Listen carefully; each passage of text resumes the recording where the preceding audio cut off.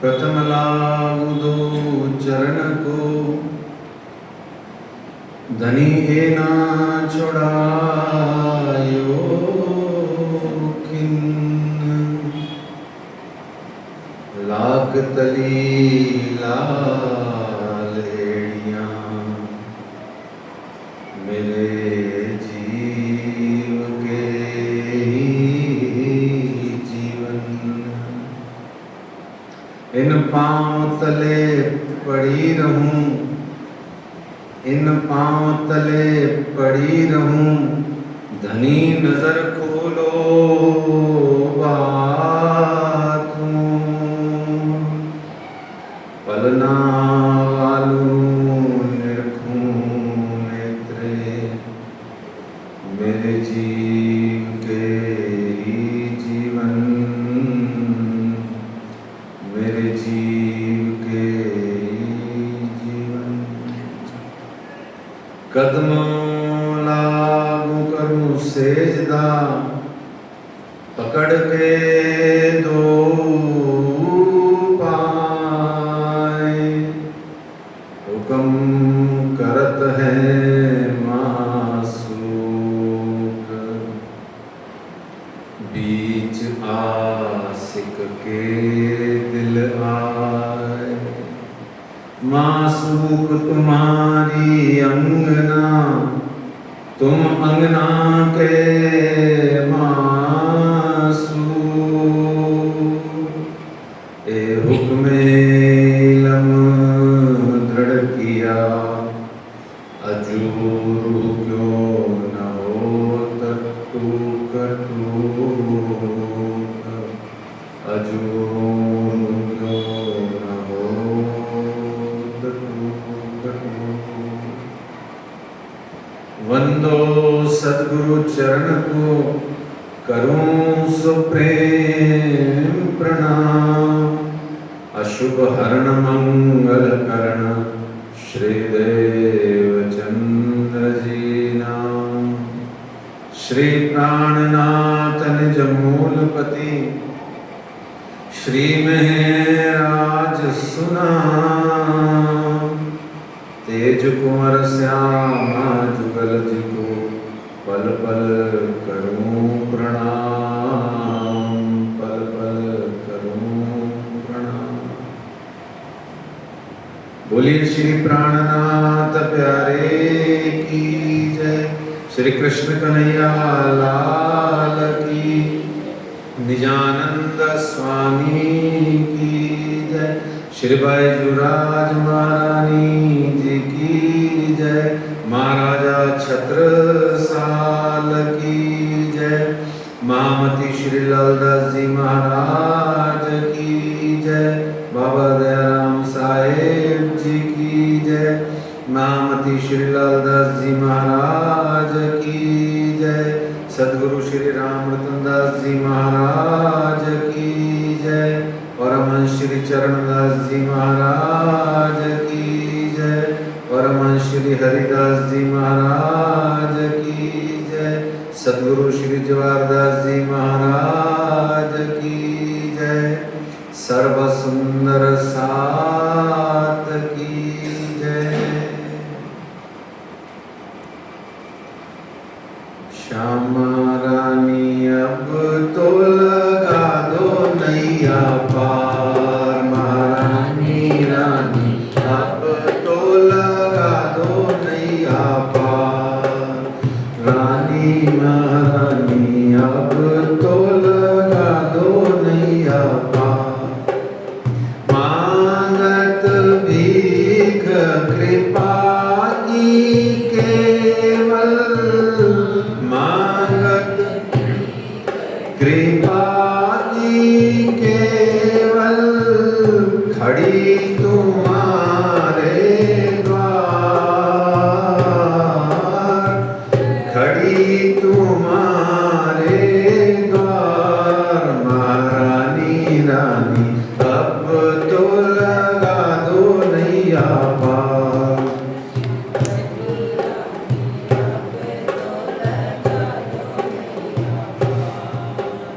रस तन हसमुख सुनो बीनती, रस तन हसमुख सुनो बीनती, अपने ही दरबार, अपने ही दरबार, महारानी रानी अब तो लगा दो नैया पार, मेरी श्यामा रानी अब तो लगा दो नैया पार। कहो नाही कृपाल किसी से, कहो नाही कृपाल किसी से, दर्शन दयो एक बार, दर्शन दयो एक बार, महारानी रानी अब तो लगा दो नैया पार, मेरी राधे रानी अब तो लगा दो नैया पार। बार बार मैं विनती करता हूँ, बार बार मैं तरज करता हूँ, रखियो चरणों के पास,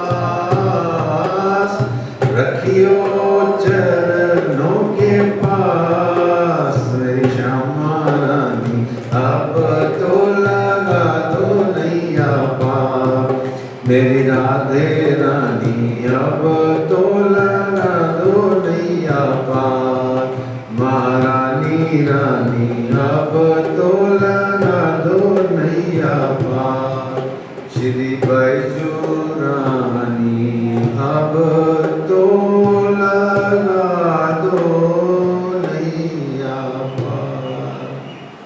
श्री श्यामा महारानी जी की जय।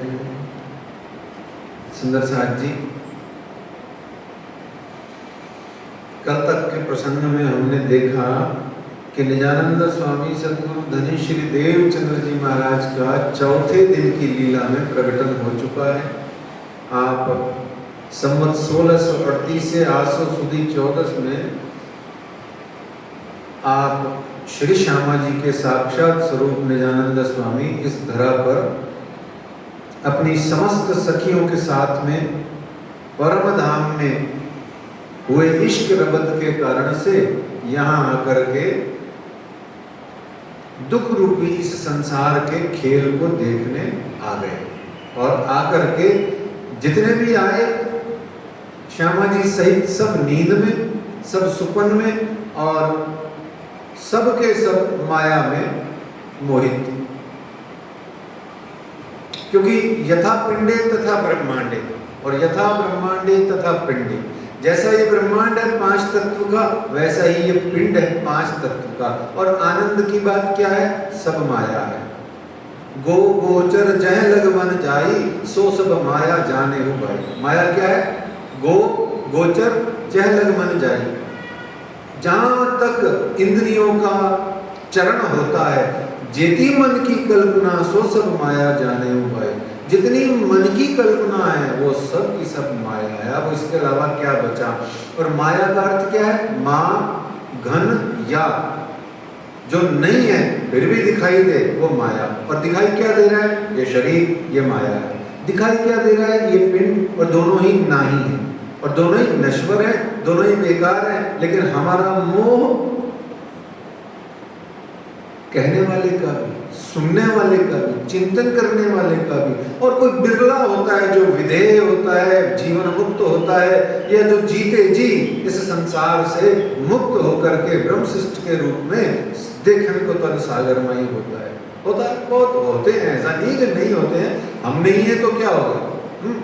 हम नहीं है तो क्या हो गया? वो तो संसार की आदत है। जैसा हमारे अंदर होता है हम वैसा बाहर सोचते हैं। जैसे हम होते हैं अजीब गरीब ऐसे सोचते हैं, ये भी ऐसे ही सोचता होगा। जैसे हम पैसे के लिए मरते हैं, सारी दुनिया यही सोचती है, ये भी पैसे के लिए मर रहा है। जैसे हमारे मन में ईर्ष्या, द्वेष और दुनिया भर की अजीब अजीब सी गतिविधियां होती हैं, हम ये सोचते हैं सामने वाला भी ऐसे ही सोचेगा, इससे ज़्यादा इसको अकल क्या है। क्यों? क्योंकि हर व्यक्ति कूप मंडूक है, अपनी बुद्धि से ज़्यादा कोई सोच कैसे सकता है? कोई भी नहीं सोच सकता। और जो अपनी बुद्धियों से ज़्यादा सोचे उसी को महामती कहते हैं। तो ऐसा आनंद की बात है, माया में हम फंसे हैं, हम आए खेल देखने, दुख रूपी जिम्मे में आ गए खेल देखने। 14 दिन शुरू हो गया। कल हमने ब्रज रास का पूरा आनंद लेते लेते रास में बहुत आनंद किया, और हमने कल जान लिया था अच्छे से कि हम इस संसार में कैसे आए, कैसे आए, हम कहाँ पर पड़े इस समय। और हम पड़े जरूर हैं, पर हमें ही नहीं पता कि हम पड़े हुए हैं, क्योंकि हमारी आत्मा तो सोई हुई है। देखो, राज्य के अलावा सब सो रहे हैं, श्यामा जी सो रही है, अभी नहीं, अभी एक बार समझ लीजिए, वो कौन जग गया है ये सब बाद में देख लेंगे। राज्य के अलावा सब सो रहे हैं, अक्षरवण नींद में सुपना देख रहे हैं। वो सुपना नहीं देखेंगे, उसके सुपने में जीव नहीं आएंगे, तो हम परम धाम की परात्माएं आत्मा राज्य के हुक्म से हुक्म तन, अकस तन, नकली तन, डुप्लीकेट तन बन करके हम कैसे इस जगत में अक्षर ब्रह्म के सुपने के अंदर जीवों में घुस जाएंगे। राज्य ने हमें अंदर डाल दिया उसके सपने। कैसे हुआ? आपको सपना आ रहा है, और आपके सपने के चलते हुए सपने में मैं जागृत अवस्था में अपने सपने के जो आत्माएं जीव है उसको डाल दूं। ये देखो कितनी जबरदस्ती, इसको हक हिकमत कहते हैं। हक की हिकमत है, हक की हिकमतों में से ये एक सबसे बड़ी हिकमत है। तो खैर, हमने कल अच्छे से जान लिया। आइए आज महामती श्री लालदास जी को बुलाते हैं कि वो निजानंद स्वामी सदगुरु धनी श्री देवचंद्र जी महाराज जी के जीवन में जो उनके प्रकटन से लेकर के आने वाले प्रसंग हैं, उनमें हमें वो आनंद प्रदान करें। श्री महामती कहें ऐसा जी,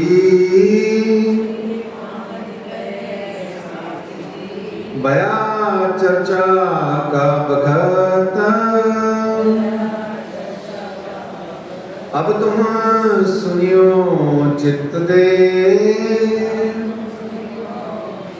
लाल आगे आए बैठे तखत,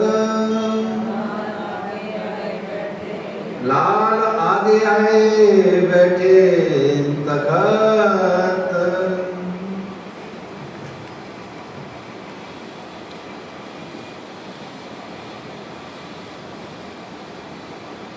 संवत 1638 में आप आश्विन शुक्ल पक्ष की तिथि चतुर्दशी को, चतुर्दशी है ना 14 तारीख को, आप 14 जैसे बोलते हैं, उस अवधि को आप इस संसार में श्यामा जी के साक्षात स्वरूप निजानंद स्वामी जी पधारे। पहली बार इस जगत में श्यामा जी निजानंद स्वामी के रूप में आई। आप पूरी भी तक सुनिएगा, आपको श्री श्यामा जी की महिमा, श्री श्यामा जी की लीला, श्री श्यामा जी के विविध रूप, ये सब आपको जोड़ जोड़ के समझने हैं। और अगर आपको सुनना हो श्री श्यामा जी की महिमा का एक्यूमुलेटिव कॉन्क्रीट पूरा सुनना हो, अगर सब जुड़ा जुड़ाया कितना क्या है, तो वो 26-27 मिनट के प्रवचन में श्री 5 पद्मावतीपुरी धाम में शरद पूर्णिमा पे जो सेवा मैंने करी थी, वो मेरे YouTube चैनल पर उपलब्ध है। आप सुनना चाहें तो वो श्री श्यामा जी की महिमा के नाम से उपलब्ध है। वो श्यामा जी आई से लेकर के आज तक कहाँ विराजमान है, उनका मूल स्थान कहाँ है, देखिए श्यामा जी का मूल स्थान कहाँ है, इस तक की पूरी जानकारी उस 26-27 मिनट की चर्चा में है, जो पद्मावतीपुरी धाम में शरद पूर्णिमा के एक रोज पहले 14 के दिन ही वो सेवा धनी ने कराई थी। वो आप सुन सकते हैं।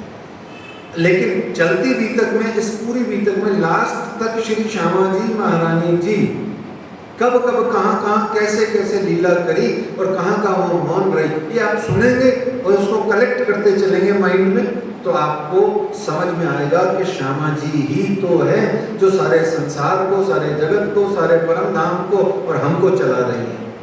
और श्यामा जी के बिना कुछ भी नहीं है, ये जगत सारा राधा ही है, राधा है, सब बैजुराज है चारों तरफ। और बिना राधा के स्वयं कृष्ण आधा है तो हमारी और आपकी तो क्या मिसाल है। और राधा के बिना यानी श्यामा के बिना कोई सोचे कि मुझे कृष्ण या मुझे राज मिल जाएंगे तो बस मिल जाएंगे तो उसको प्राणनाथ प्यारे की जाए, है ना। तो कहा भी गया एक भजन में, बहुत पुराना भजन है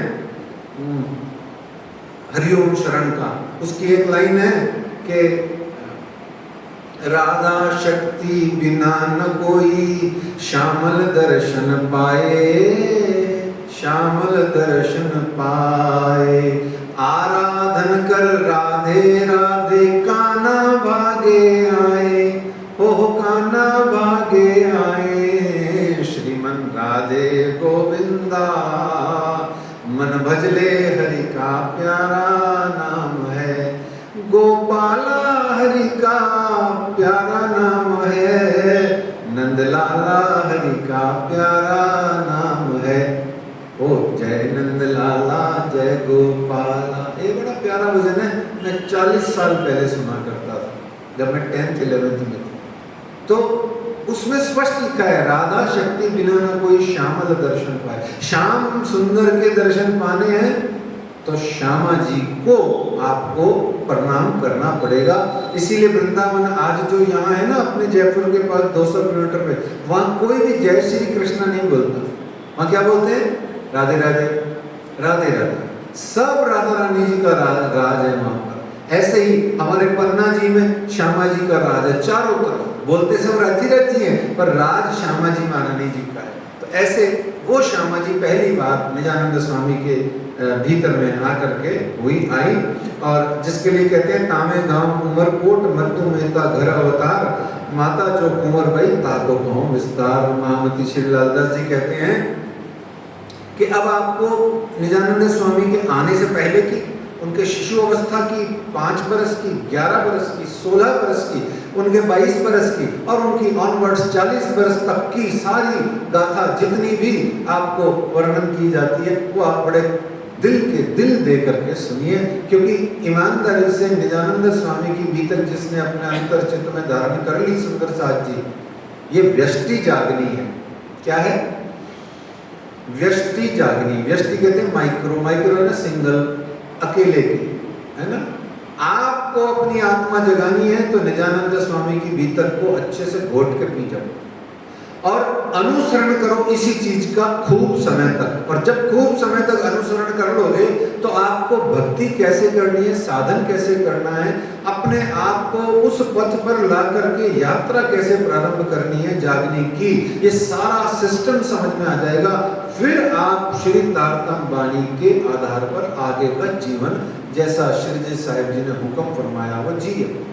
श्री जी के जीवन को फॉलो मत करना, श्री जी साहिब जी के जीवन को फॉलो नहीं करना, वो लीला सिर्फ श्रवण करके उसका आत्मसात करना है।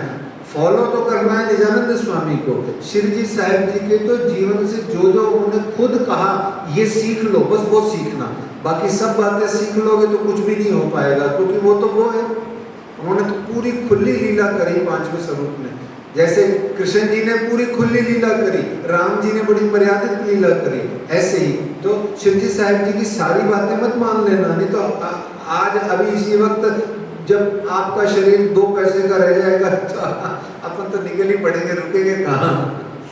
ऐसे व्रत करके कसरियाँ कसौटियाँ ज़्यादा मत कर लेना, वो अलग बात है।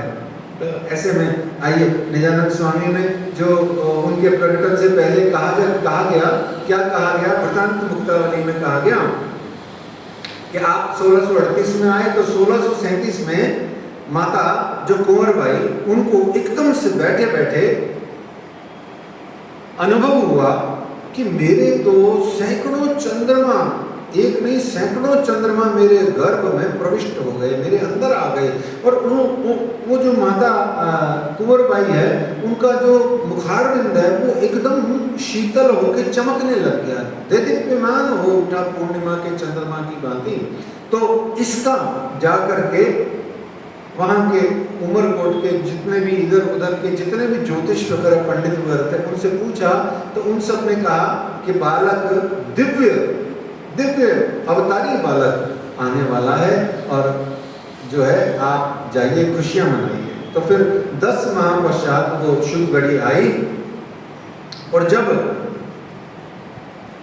रात्रि को 9 घड़ी शेष रह गई थी आप निजानंद स्वामी सदगुरु जी के प्रकटन से पहले, तब दोनों दंपति ने, कुंवर भाई और मतु मेहता ने अपने पूजा कक्ष में बैठ करके ध्यान लगाया, जिसे वृतांत मुक्तावली में जाति स्मरण बोध कहा गया। और जाति स्मरण बोध एक प्रकार की कला है ध्यान की, जिसमें आप ध्यान लगाते हो तो आपको अपने पूर्व जन्मों की बातें दिखाई देने लग जाती है, समझ में आ जाती हैं।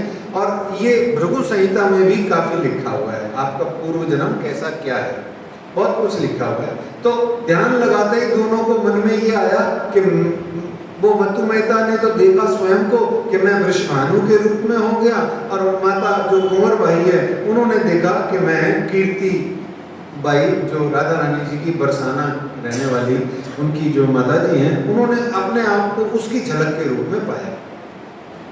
और पुत्री जो उनकी राधा रानी है वो आपके पास में ही खड़ी 7-8 साल की पुत्री, वो वृषभानु जी को और कीर्ति बाई को यानी मतु मेहता को और कुंवर बाई जी को ये कह रही हैं कि अब मैं कुछ ही पलों में, कुछ ही क्षणों में अब आपके गर्भ से पुरुष का रूप धारण करके प्रकट होने वाली हूँ, और आगे ब्रह्म सृष्टियों की जो लीला होएगी वो सब आपके मेरे द्वारा, मेरे पुरुष रूप द्वारा इस संसार में होएगी। तो इस प्रकार से देवचंद्र जी महाराज का प्रकटन हुआ और सारा संसार आनंद से भर उठा। श्री लालदास जी महाराज उस शिशु अवस्था के लिए एक चौपाई कहते हैं कि जब जन्मे मारवाड़ में घर अति आनंद नर नार।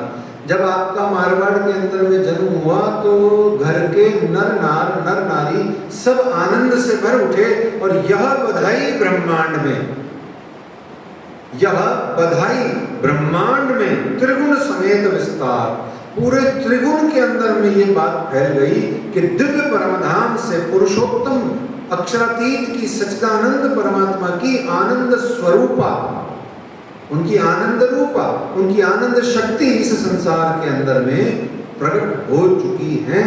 और अब हम सब उनके दर्शन को चलेंगे। तो सब देवी देवताओं ने और सब ने मिलकर के त्रिगुण त्रिदेवा और समस्त देवी देवताओं ने वहां से अपने श्रद्धा सुमन, अपनी नमन करने के लिए, अभिनंदन करने के लिए पुष्प वर्षा करी। सर्वत्र आनंद छा गया, त्रिगुण सृष्टि भी जो है चमक दमक उठी। और सुखदेव जी ने राजा परीक्षित को बताया था कि ये सारा संसार जो है अधिकतम अक्षर ब्रह्म तक की पहुंच रखता है। अधिकतम अक्षर ब्रह्म का सबको पता नहीं है, सुखदेव जी को तो पता है, अन्यों को पता नहीं है। पर सुखदेव मुनि जी ने कहा कि ये सारा संसार अधिकतम अक्षर ब्रह्म तक की पहुंच रखता है। अक्षर, अक्षर का मतलब क्या होता है समझ लीजिए। क्षर है ना, नष्ट होने वाला है ना, और अक्षर यानी अक्षर, जो क्षर नहीं होगा, मरेगा नहीं, यानी कि लय नहीं होगा, प्रलय नहीं होगा, डूबेगा नहीं, खत्म नहीं होगा, विनाश को प्राप्त नहीं होगा, जो नश्वर नहीं है, जो अनश्वर है वो अक्षर। लेकिन क्षर और अक्षर के पार कहे गए कौन? अक्षरातीत, यानी कि अक्षर घन अतीत हो गया, अ और अ मिलके बन गए आ, तो अक्षरातीत। बियॉन्ड होता है अतीत का मतलब, क्या होता है? अतीत को अंग्रेजी में क्या कहते हैं? बियॉन्ड, पार, उसके पार। अब अक्षरातीत के पार क्या है बताइए? अब अक्षर के पार अक्षर है, अक्षर के पार अक्षरातीत है, तो अक्षरातीत के पार क्या है? क्यों नहीं है? कारण बताइए। आपने तो कह दिया नहीं है, लेकिन बताइए क्यों नहीं है? जब भैया क्षर के पार है, अक्षर के पार है, तो अक्षरातीत के पार क्यों नहीं है? ये क्या ड्रामा है? बताओ, उत्तर तो दे दो। भले तर्क वितर्क मत करो, पर खुद के संतुष्टि के लिए तो दे दो ना। हाँ, काफी अच्छा है। देखिए, अक्षरातीत के पार इसलिए कोई कुछ नहीं है क्योंकि अक्षरातीत के सिवाय कुछ नहीं है। बड़ा सीधा सा उत्तर है। अक्षरातीत के पार कोई क्यों कुछ नहीं है? क्योंकि इस जो कुछ भी है, मैं भी ज्यादा नहीं समझता, जो कुछ भी है ये सब अक्षरातीत का ही विस्तारा है, कुछ है ही नहीं उनके सिवा। अब जिसके सिवाय कुछ नहीं हो तो उसके आर क्या, पार क्या, नीचे क्या, ऊपर क्या, आगे क्या, पीछे क्या, जब वही है। बहुनाम जन्मनाम अंते, है ना, ज्ञानमान क्या श्लोक आता है बड़ा बढ़िया कि वासुदेव सर्वम इति स महात्मासु दुर्लभ। भगवद गीता में भगवान श्री कृष्ण कहते हैं कि अनेक जन्म ज्ञानमान प्रपद्यते, कि ज्ञानमान कोई मेरी शरण में आता है बहुत जन्मों के बाद में। और वो ज्ञानवान किसे कहा उन्होंने? तो उन्होंने कहा वासुदेव सर्वम इति स महात्मासु दुर्लभ, कि जो ये देख ले कि सर्वत्र सिर्फ शिव श्री कृष्ण जी ही कृष्ण जी का वास है, बस वही है, सर्वत्र तू ही तू है। सुखदेव हमारे बीतक का जो उदयपुर का सुखदेव जो था आकोट की बीतक में, वो कहता है तू ही तू है, तू ही तू है, तू ही तू है। तो जब तू ही तू हो जाए तो फिर कौन मैं, कौन ये, कौन वो, बाकी व्याकरण तो खत्म हो गई ना, अक्षरातीत के अतीत। तो त्रिगुण समेत तो सुखदेव मुनि जी ने कहा कि अक्षर तक को दुनिया जानती है, पर याद रखना अक्षरातीत कलयुग के अंदर में देवापी और मरु रूप धारण करके आएंगे। और ये जो मरु रूप का तन धारण करके इन जीवों में जो अक्षरातीत की लीला होगी, और ये सब लीला का वर्णन सब जगह उपनिषद, भागवत और माहेश्वर तंत्र आदि सर्वत्र इसकी साहित्य दी हुई है। तो वेद कतेरों में भी साहित्य है। तो ये सब सतयुग के बीज भूत इनो बीज रहे विस्तार। ये देवापी और मरु यानी कि देवचंद्र और प्राणनाथ, ये दोनों क्या है? सतयुग के बीज भूत है। ये सतयुग के बीज हैं। अब नाउ ऑनवर्ड्स कुछ समय बाद में सतयुग का प्रारंभ हो जाएगा। और कब हो जाएगा? तो एक सामान्य गणित से जब ब्रह्म सृष्टियां सारा खेल करके, सारे जगत को अखंड करके, सबको निर्मल चैतन्य बना करके जब परम धाम चली जाएंगे, तो सतयुग का इधर शुभारंभ हो जाएगा, हम उधर चले जाएंगे। तो ए सुध जो ले आए रू अल्लाह चौथे आसमान, तिन से भी प्राप्त भई त्रिगुण सृष्ट पहचान। तो इस तरीके से सुध यानी तारतम ज्ञान आ गया, और इस तरीके से उनको सुध भई तिन स्वरूप की बीतक जन्म से लेकर उन स्वरूप की, कौन से स्वरूप की? तीन स्वरूप। कौन सा स्वरूप? तीन स्वरूप की बीतक जन्म से लेकर सो आगे संज्ञों ए चर्चा सब ऊपर। तीन स्वरूप की, किन स्वरूप की? ये देवापी, ये मरु, ये निजानंद स्वामी, ये श्यामा जी, जिनकी अभी अभी पीछे उन्होंने 2 चौपाइयों में वर्णन किया। बोले इन स्वरूप की बीतक।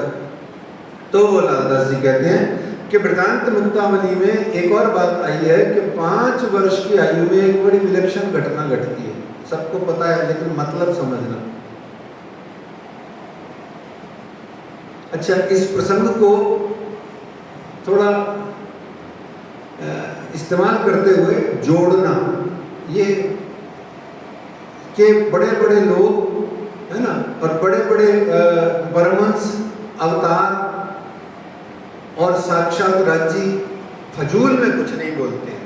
कुछ होता है बेस जो अपने ऊपर उन्होंने जिया है, तब बोलते हैं। जैसे श्री मिहिराज जब 12 वर्ष महीना धोए ताम ऊपर भाई 4 दिन में, 10 दिन में तो क्या, मैं जो बता रहा हूँ वो सुनो। 12 वर्ष महीना धोए ताम ऊपर भाई 4 दिन। देखो माता जी, वैसे तो हम दोषों के पुतले हैं, लेकिन कभी कभी ठीक भी बोल देते हैं।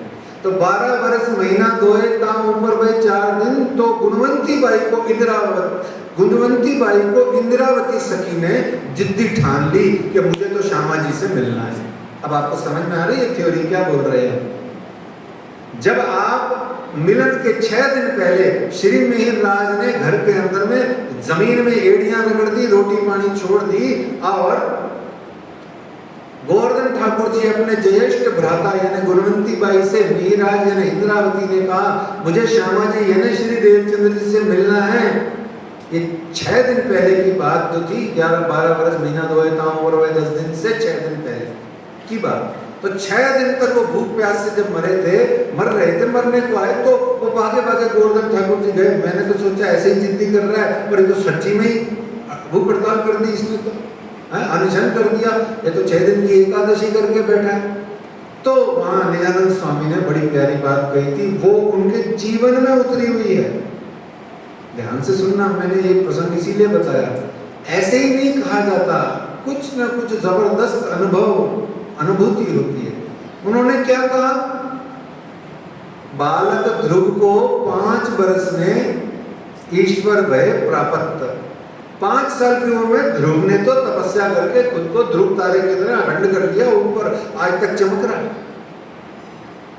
अब वो सुनिए, जब आप 5 साल के थे तब आपने क्या किया, और हम जब 5 साल के थे हमने क्या किया था, या माफ करना हमारे बच्चों ने 5 साल में क्या किया, या माफ करना जिन नाती पोतों के लिए हम गुड़गुड़ होकर राज्य के काम छोड़ देते हैं, ले उसका काम नहीं करूं, ले इधर नहीं जाऊं, वो छोड़ दूं क्या, आदि इत्यादि कर करके जो अपना नरक बनाते हैं जिंदगी को, किनको नफा न देवे कोई तब कोई न किसी के दाखिल होए, कुवत तीन समय कुएं न जाए तब कोई नफा किसी को न पहुंच सके पहुंचाए। नहीं मेरे तो नाती थे, मेरे तो पोते थे, मेरा तो ये काम था, मेरी तो वो नौकरी थी, मेरे से इसलिए भक्ति नहीं हुई तो चला रहा नरक में चले, फिर तेरे को देंगे 84 लाख का फेरा दोबारा, और फिर आदि इत्यादि। तो इस तरीके से ये हम क्या बता रहे हैं, जब आप 5 वर्ष के हुए तो मंदिर जाते थे उमरकोट गांव में, और विविध प्रकार के, क्योंकि सर्व हिंदू मंदिर था, सभी प्रकार के देवी देवता वहां पर पधराए हुए रहते थे। तो आपकी माता जी आपको भोजन प्रसाद बना के देती थी कि जाओ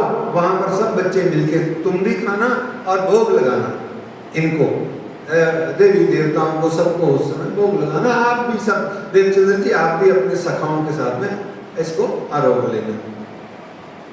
तो ब्रह्मा विष्णु महेश की मूर्तियों को आप, हनुमान जी की मूर्तियों को आप निजानंद स्वामी खुद अपने हाथ से भोजन कराते, और वो करती, दूध पिलाते, जल पिलाते।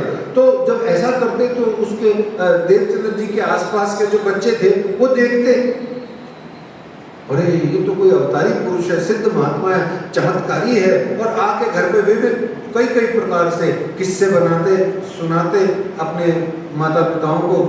और यहाँ तक कि ब्रह्मा विष्णु महेश हनुमान जी आदि की जो मूर्तियां थी वो सब के सब हाथ जोड़ करके सब निजानंद स्वामी यानी राधिका रानी से आशीर्वाद लेती थी। और 7 वर्ष से लेकर के 11 वर्ष तक ऐसी उमरकोट गांव में अनेक विविध प्रकार की लीलाएं होती गई। देखो खुद 5 वर्ष की उम्र में ये कर रहे हैं, तो उदाहरण दिए मेराज को ले आओ, बालक को प्राप्त हो गए। तो इसका मतलब खाली मिहिरराज को प्राप्त नहीं हुए सुंदर साथ जी, उस जमाने में जितने भी सुंदर साथ जामनगर के अंदर में अवेलेबल थे, उपलब्ध थे, या जो उनकी शरण में आए, सबको निजानंद स्वामी ने पूरा आनंद दिया होगा। एक को थोड़े दिया मेहराज को, देख रहे हैं आप, ये अब हमारे ऊपर लेना है। तो अब हम तो कहेंगे लो जी हम तो 5 की जगह 55 के हो गए। अच्छा 55 भी निकल लिया, 59 के हो गए, जैसे मैं 59 का हो गया, क्या 59 साल का हो गया। तो अब मेरा क्या होगा, मेरे तो 54 साल ओवर हो गए। बोले कोई बात नहीं, जब जागो तभी सवेरा। और क्योंकि अंते नारायण स्मृति, जन्म लाभ पुंसाम क्या, अंते नारायण स्मृति। अंत समय में भी यदि हम नारायण नारायण बोल देंगे तो अजामिल की तरह हमको भी नर्क के यमदूत नहीं आएंगे, स्वर्ग से वैकुंठ से हमारे को वो जो है नारायण के दूत लेने आ जाएंगे। किस्सा आपने भागवत में कभी सुना होगा। इसका अर्थ यही है कि एक घड़ी आदि में बुनियाद, अगर आपने इतने से में भी लब मात्र में भी राज्य को पुकार लिया तो न जाने राज्य महाराज आपको कब आपका आनंद मंगल करते हैं और आपको अपना दर्शन दीदार दे दें। तो इस तरीके से ये समझने की बात थी। अब 11 वर्ष की आयु आ गई और एक थोड़ा लंबा विषय है, आज इसको थोड़ा सा सुनाएंगे, इसी विषय को कल पूरा करेंगे। यही है वास्तव में जो हमें इस बीतक में से पहली बार जागने के ब्रह्मांड में जो निहायत जरूरी चीज है वो समझनी है। इसको कहते हैं ज्ञान की बात है। ये समझ नहीं है। आज सिर्फ उसका हम प्रसंग का वर्णन करते हैं। इस प्रसंग में से जो वास्तव में तत्व समझने का है वो कल ले लेंगे। तो कहते हैं लालदास जी महाराज कि जब भय बरस 11वां तब मन उपजो विचार, मैं कौन कहाँ से आईया कहाँ है मेरो बरतार। पूछत फिरे परदेश में कहाँ है परमेश्वर, तिन सबको पैदा किया सो कहाँ है सब ऊपर। एक देवरा तां रहे तामे सूरत पिंगल श्याम, आगे यहाँ विराजते दे प्रदक्षिणा उष्ठाम। अब उस गांव में साधु संत दुर्लभ आते थे। क्यों? क्योंकि साधु संत आए और जल की व्यवस्था नहीं हो तो बड़ा दिक्कत हो जाती है। जल से आचमन करना, जल से स्नान करना और जल ही से तर्पण अर्पण करना, जल ही से पूजा विधियां होना, और जल नहीं है तो जीवन नहीं है। साफ बात है, बहुत सीधी सी बात। जल नहीं है जीवन नहीं है, जल ही तो जीवन है। तो इस तरीके से वहां साधु संत आते नहीं थे। तो आपके मन में ये विचार आया कि मैं कौन कहां से आया कहां है मेरो भरतार, मेरे भरतार मेरे मालिक मेरे पैदा करने वाले एक कौन है और कहां है। तो आप उस परदेश में, अब परदेश क्या, परदेश किसे कहा गया? यहां देखिए बड़ी प्यारी बात है, अटक जाया करो ऐसे। पूछत फिरे परदेश में कहां है परमेश्वर। अरे जब ये खुलता है ना रहस्य, तो मेरा खुद का ही जी करता है कि राजी महाराज को अपने सिर में मार दूं जोर से, हे धनी क्या करते हो आप, ऐसे ही मत्था पढ़ लूं। पूछत फिर, अच्छा आप भी लाड से समझना इस बात को। पूछत फिरे परदेश में कहां है परमेश्वर। खुद कौन है? देखचंद जी खुद कौन है? सुंदरबाई प्लस श्यामा जी हैं। कौन? सुंदरबाई का इंट्रोडक्शन क्या है, श्यामा का इंट्रोडक्शन क्या है? परमात्मा की खुद आनंद, परमात्मा का लेफ्ट हैंड है। एक इंद्रावती कौन है? उस लेफ्ट हैंड का भी अंग है। और आगे आई कहां से है? परम धाम से। बैठती कहां है परम धाम में? अरे रुको, परम धाम में बैठती कहां है? कंचन रंग सिंहासन पे धाम धनी जी के साथ में कौन बैठती है? श्यामा जी। और वही श्यामा जी देवचंद्र बन के परदेश, बोले तो जानू साथ जी विदेश आए दुख देके अपार, परदेश है ना 14 लोग ब्रह्मांड में आई हुई हैं और पूछ रही हैं राज्य कहाँ है, राज्य कहाँ है, राज्य कहाँ है। अब इससे बड़ा और क्या आपको परामर्शी का पर्दा बताया जाए कि जो खुद श्यामा है वो पूछ रही है राज्य कहाँ है, राज्य कहाँ है। आनंद आया कि नहीं?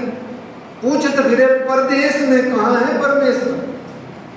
और फिर साधु संतों से, उनसे पूछ रही हैं जिनको क्षर तक की शुद्ध अभी नहीं लगी है प्रॉपरली, और किनको लग गई है तो हरिदास जी जैसे अभी आगे मिलेंगे तो उनको लग गई है तो वो क्षर की और थोड़ा बहुत अक्षर की आनंद की लीलाओं में निमग्न है। पर उनसे भी तो काम कहाँ चलेगा। ये देखो, इसको कहते हैं फरामोशी। अब हो क्या रहा है। और मैथिली शरण ग्रुप ने कहा था हम कौन थे और क्या हो गए हैं अभी, आओ मिलकर विचार करें ये समस्याएं सभी। ऐसा बड़ी अच्छी उन्होंने पंक्ति कही थी। तो इस प्रकार से आज हमने इसको इतना सा ही रखते हैं। जब वह बरस 11वां तब मनोजय विचार, क्योंकि हो गया है समय, तो आज के मजल को यहाँ विश्राम देते हैं। और कल ये जो मैं कौन कहाँ से आया, ये पूरी दर्शन शास्त्र का, अध्यात्म शास्त्र का, पूरे धर्म का, और जिसको कहें सनातन संस्कृति का, और हमारे ऋषि मुनि जितने भी पीछे हुए उन सब की जिंदगियों का, उनकी उपलब्धियों का, अनुभूतियों का, अनुभवों का सार है ये 5 प्रश्न। अल्फाबेट H से शुरू होने वाले इंग्लिश में, और अल्फाबेट क, वर्ण क से प्रारंभ होने वाले 5 प्रश्न, अनादि प्रश्न। ठीक है, ये हम कल इसका शास्त्रीय विवेचन भी करेंगे। आज मजल को यहीं विश्राम देते हैं। चौपाई 5 के एक देवरा तारे तामे सूरत पिंगल श्याम, आगे यहाँ विराजते प्रदक्षिणा उस ठाम, दे प्रदक्षिणा उस ठाम। बोलो श्री प्राणनाथ प्यारे धाम के धनी की, निजानंद स्वामी की, श्री श्यामा महारानी जी की जय।